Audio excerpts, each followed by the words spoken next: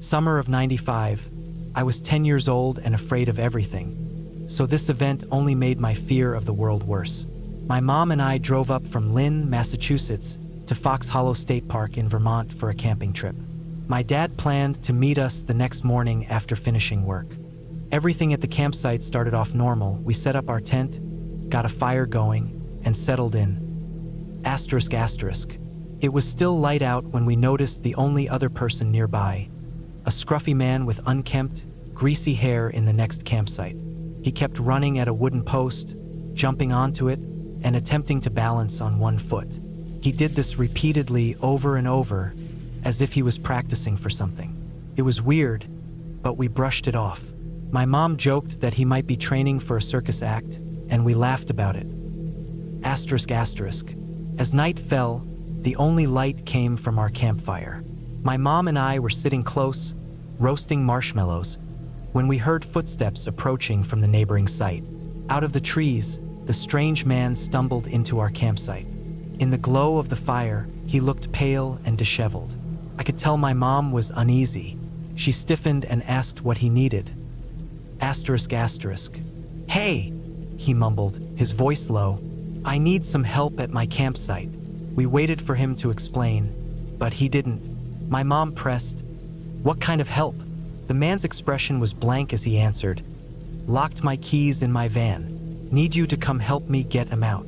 Then he turned to me, his lips curling into a weird half-smile. "Don't worry, kid. You can stay here by the fire." A chill ran down my spine. My mom, keeping her voice calm, told him, "I don't know how I'd help with that." The man shrugged. "You probably got a wire hanger around. You could use that." My mom quickly shook her head. "No, I don't." The man wouldn't give up. "Yeah, you must have one. Maybe it's lying near your tent. Just take a look." My mom didn't hesitate. "I don't have one," she said firmly, then added, "But my husband's coming soon. Maybe he can help you. He's a pretty strong guy." The man's face twitched at that. "Yeah, all right," he muttered before turning and walking off into the darkness. Just before he vanished into the trees, he glanced back and said, "Well, if you do find a hanger, come help me. I'll be waiting." Then he disappeared into the night. Neither my mom nor I slept much. Every little noise outside the tent had her wide awake, straining to listen. Looking back, she must have spent the whole night terrified, imagining a knife slicing through the tent at any second. When morning finally came, we stepped outside and immediately noticed that the man and his van were gone. Hours later, while packing up, I heard my mom gasp. I ran over to her and saw her staring at the ground near our tent. Slowly, she bent down and picked up something. She held it between us, her face pale and unreadable. It was a metal hanger. I now live in Switzerland, but I'll never forget that night.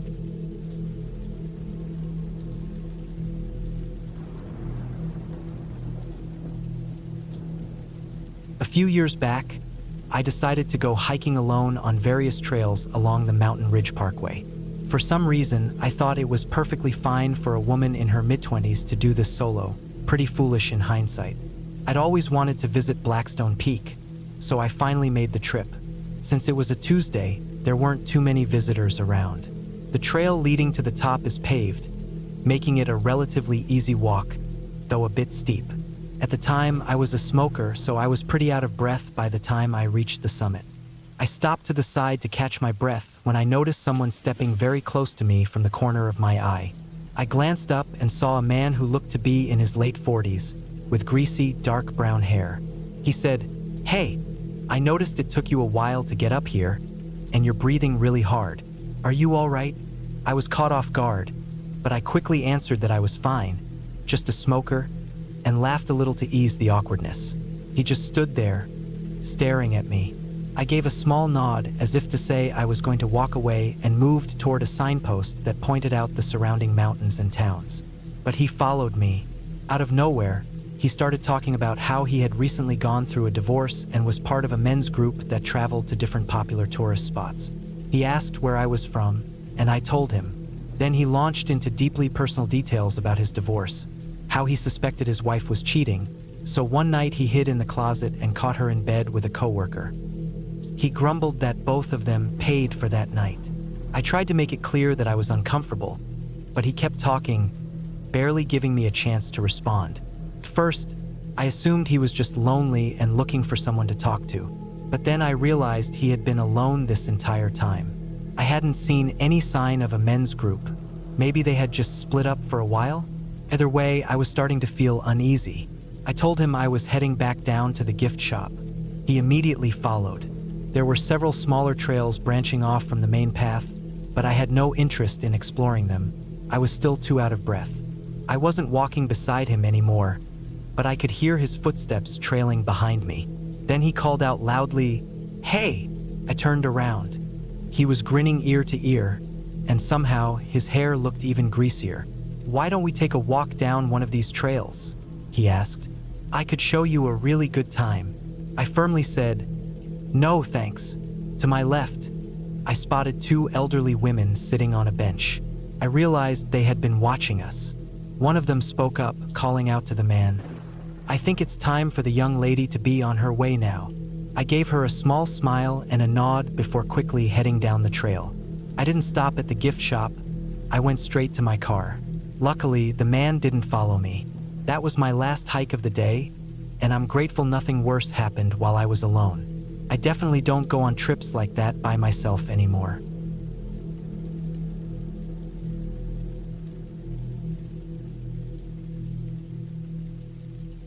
This isn't like the usual stories, but I think it still fits. A while back, I was the one being creepy in a situation. Some friends and I planned a camping trip, which was really just an excuse for all of us to drink for a few days. I had work during the day, so by the time I arrived around 10 p.m., everything was already set up. Wanting to catch up, I started drinking heavily right away. After a few hours, we started running low on firewood, so we turned it into a little challenge to see who could collect the most. I wandered off from the group and found some leftover logs. Since no one was around at the site, I started chopping them up with an axe, enjoying myself.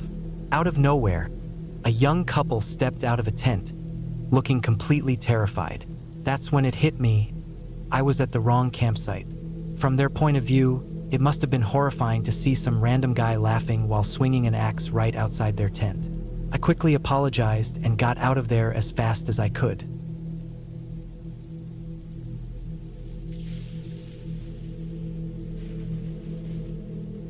A number of years back, around April of 2010, if my memory serves me right, I had just wrapped up the winter semester during my first year of college.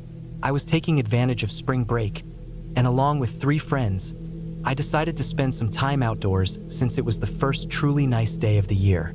I live in the western part of Oregon, and there's a scenic road that runs along the edge of Coos Bay and Winchester Bay, just south of the Pacific coastline. It's called Shoreline Drive, and it's a stunning route to take, as it winds alongside a cliff for quite a stretch and gives an incredible view of the ocean. Along the way, there are several pull-offs where people stop to snap pictures or just take in the scenery.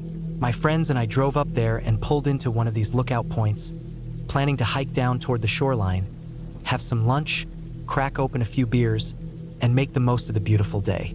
The trail we followed led us down near a set of railroad tracks that hugged the coastline in much the same way the highway did above. This detail is important because the tracks were often traveled by drifters and other wanderers passing through. As we sat on some large pieces of driftwood on the opposite side of the tracks, right next to the bay, we saw several people walk by.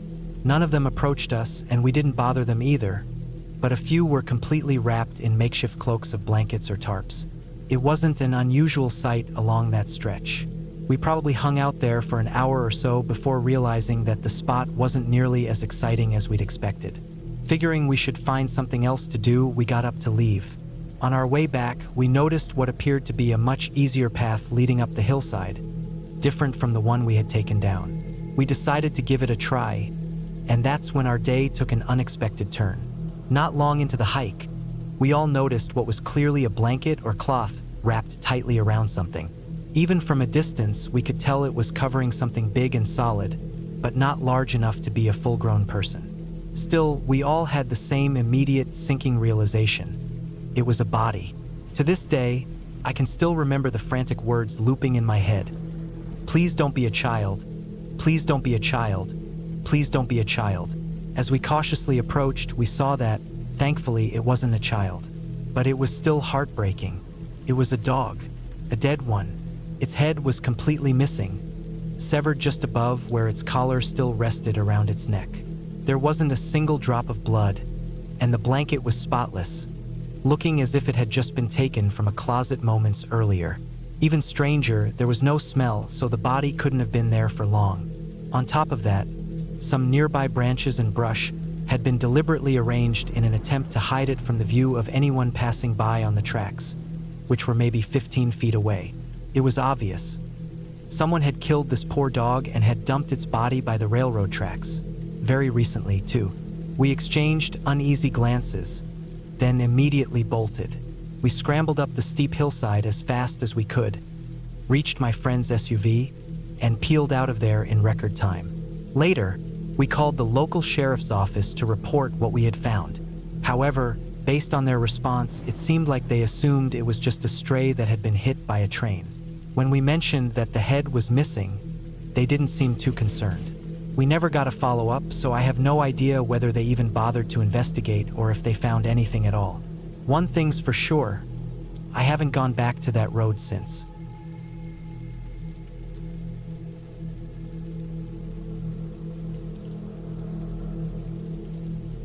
At the base of the verdant hills, the name Julian is believed to have originated from an ancient word meaning forest, which suits the landscape well, as nearly the entire mountain range is covered in dense woodlands and meadows.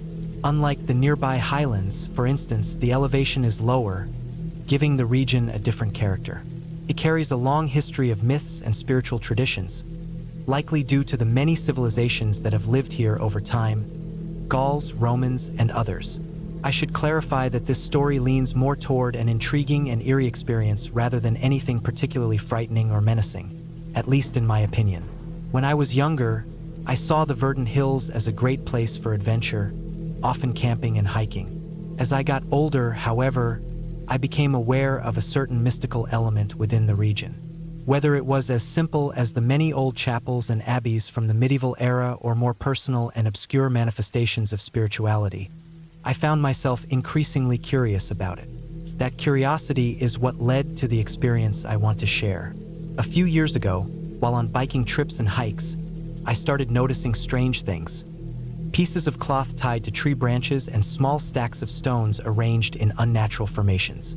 At first, I dismissed it as the work of local children or scouting groups. But as I paid closer attention, I realized these arrangements carried deeper significance. Large spirals of rocks positioned atop hills, interconnected stone patterns forming a wheel-like shape between trees in the middle of the woods, and pebbles arranged to create symbols, letters, or runes. All of this seemed too intentional to be random. It was admittedly a little unsettling, given how unfamiliar it was to me. With time, I began to understand at least some of it. I eventually recognized remains of what I now know to be sweat lodges. I'm no expert, but these seem tied to spiritual and shamanic practices, possibly influenced by indigenous traditions. Eventually, I even came across a couple of these ceremonies in progress. I first stumbled upon one while on a cycling trip. I noticed a few parked vehicles in an otherwise isolated area. Some had dream catchers, feathers, and beads hanging from their rearview mirrors. Nearby, I spotted cloth strips fastened to trees, and in the distance, I could hear voices deep in the forest. My curiosity got the better of me, and I decided to take a closer look. The first time, I saw a group of people constructing a sweat lodge, gathering firewood. They had set up what looked like a temporary resting area, where some of them would take turns sleeping, possibly to stay energized for the night's ritual. Not wanting to disturb them, I kept my distance. However, I eventually crossed paths with one of them while he was collecting wood. I greeted him in the local language, and he responded politely but quietly. He didn't seem like a native resident, unlike the rest of the group, so I've always assumed he might have been a guide or leader. His attire, a loose, maroon-colored outfit, stood out as well.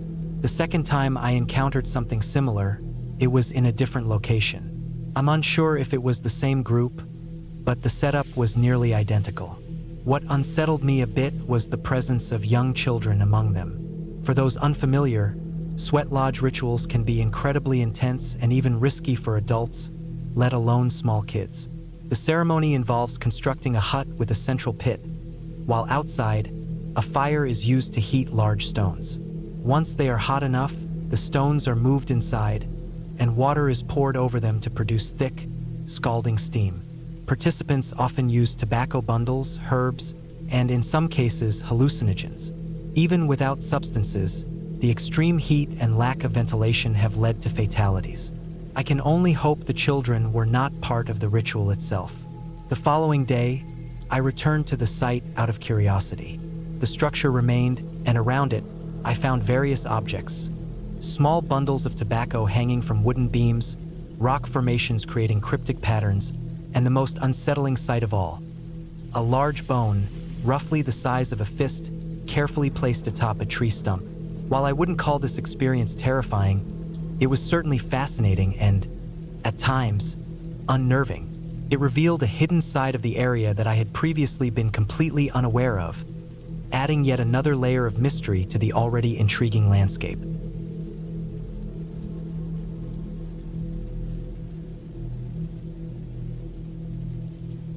A couple of years back, my friend Sam and I embarked on a grand road trip across the United States. Our plan was to drive from Boston to San Diego, weaving our way through the country over the course of 6 weeks. We were both in our early 20s, strapped for cash, and since my mom had been a long-haul trucker, I suggested a money-saving idea. We could sleep in the back of our small hatchback.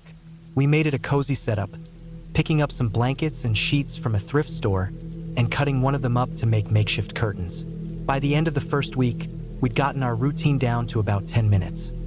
Move the luggage to the front, put up the curtains, lay out the bedding, and settle in for the night. We parked in rest areas, free campsites, and parking lots, basically anywhere that felt both safe and somewhat legal. After the first night, we never felt uneasy until the final week of our trip in Arizona. We had reached an area near Flagstaff and were well into our rhythm. We had no rigid schedule, driving only 3 or 4 hours a day, picking destinations based on recommendations from other travelers and Google searches. Along the way, we made friends easily. We'd had dinner with strangers, played music during a storm, learned to line dance from an old cowboy, and even spent the 4th of July with a family that practically adopted us into their campsite. Almost every encounter with a stranger had been positive. That night seemed no different at first. We located a free campsite using our GPS and followed the directions deep into the woods. Something felt slightly off as we arrived.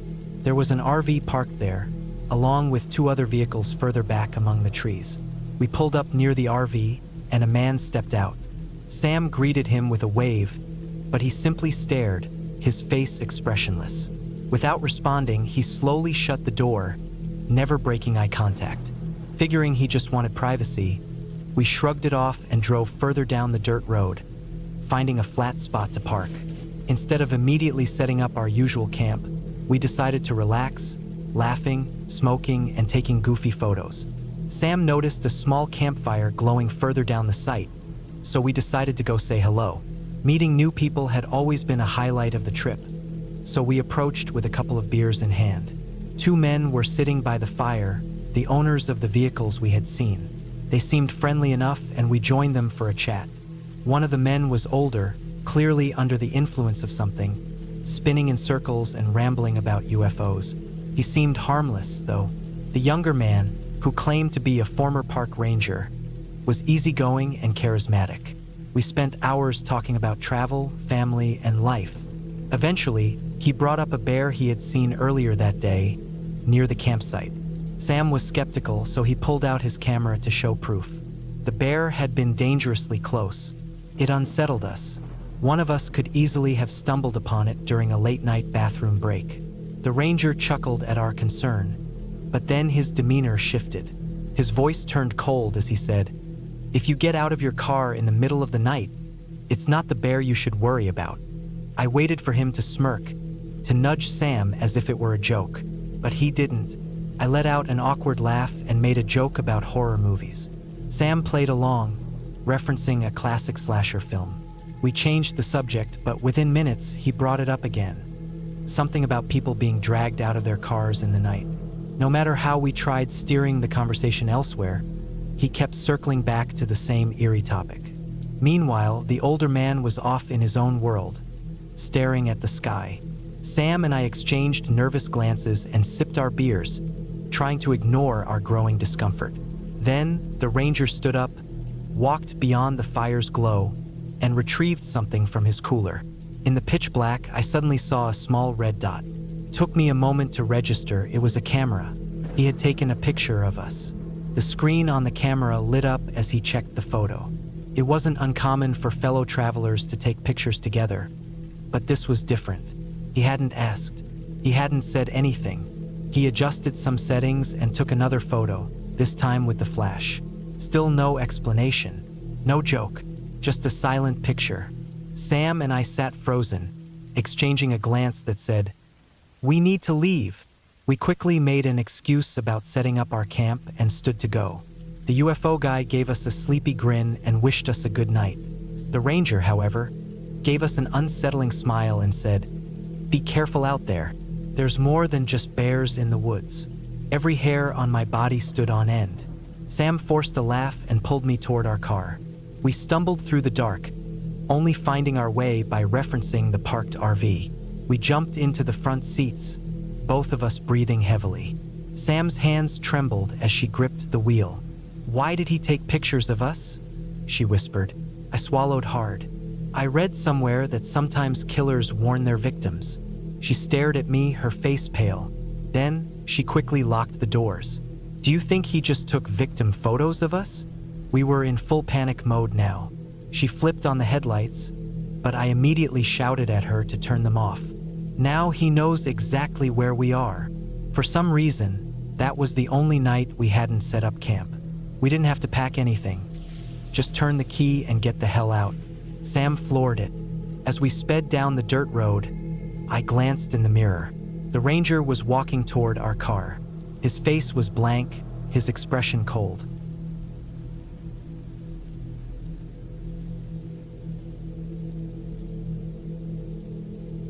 This story involves my dad, and I only recently heard about it for the first time. It came up when he was looking for a tent he'd lent me a couple of years back, and I had to confess that it had been burned during a drunken mishap by a lake, though that's a whole other story. Anyway, back when my dad was 17 in the summer of 1982, he and my Uncle Martin were both adventurous and loved exploring. Since my dad had just finished school and was about to start working, he wanted to go on one big trip before settling into adult life.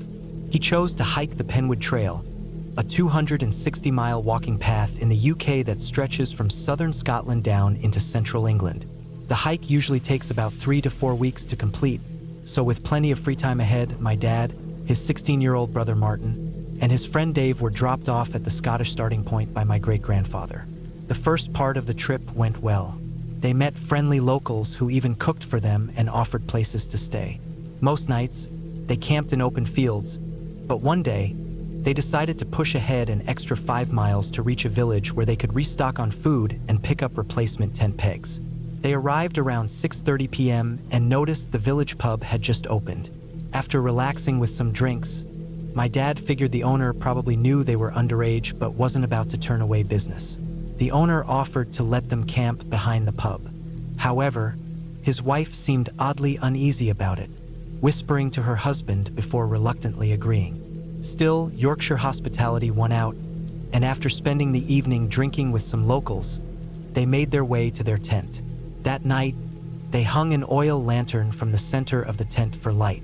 When they finally turned it off, they left it hanging, which became important later. At some point, my dad woke up and switched the lantern back on, debating whether to step outside when he heard a door creak open, then shut.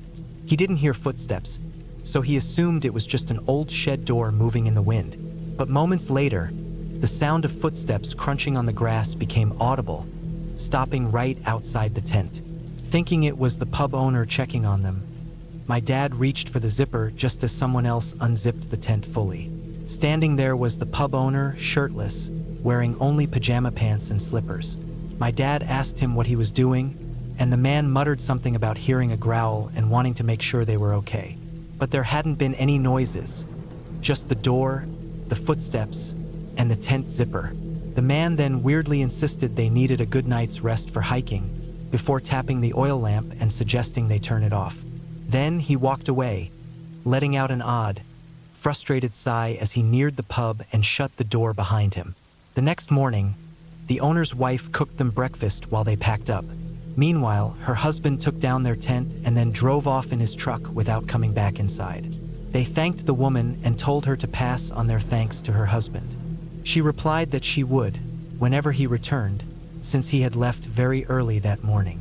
That afternoon, they reached their next campsite near a small creek, arriving a little ahead of schedule. After hiking around 130 miles over the past 8 or 9 days, they decided to rest longer than usual. But when they pulled out their tent, they noticed something strange. It was covered in tiny holes, each about the width of a pen. Confused, my dad reasoned that maybe some small animal had chewed through it during the night, remembering the pub owner's story about hearing a growl. Dave suggested they go back to a village 2 miles away to look for a replacement tent. They decided to leave their damaged tent behind as a marker and set off. Luckily, they found a shop that catered to hikers, but it didn't have any tents in stock. Instead, they bought tape to patch up the holes and planned to buy a new tent further along their route.